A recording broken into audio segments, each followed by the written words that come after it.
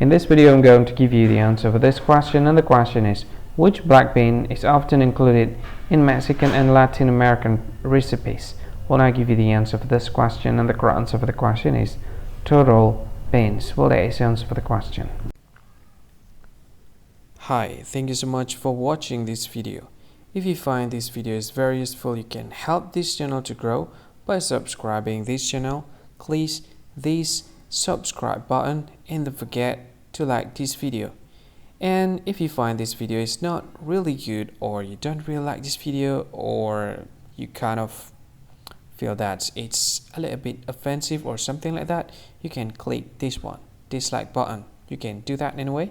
And if you want to share this video with your friend, you can share it by clicking this share button, and you can share it to any social media that you wish that is currently available at this time, like Facebook, Twitter, LinkedIn, and many others, right? And if you want to add this video to your playlist, you can click this one. You can watch this video later, and you can find more options by clicking these three dots.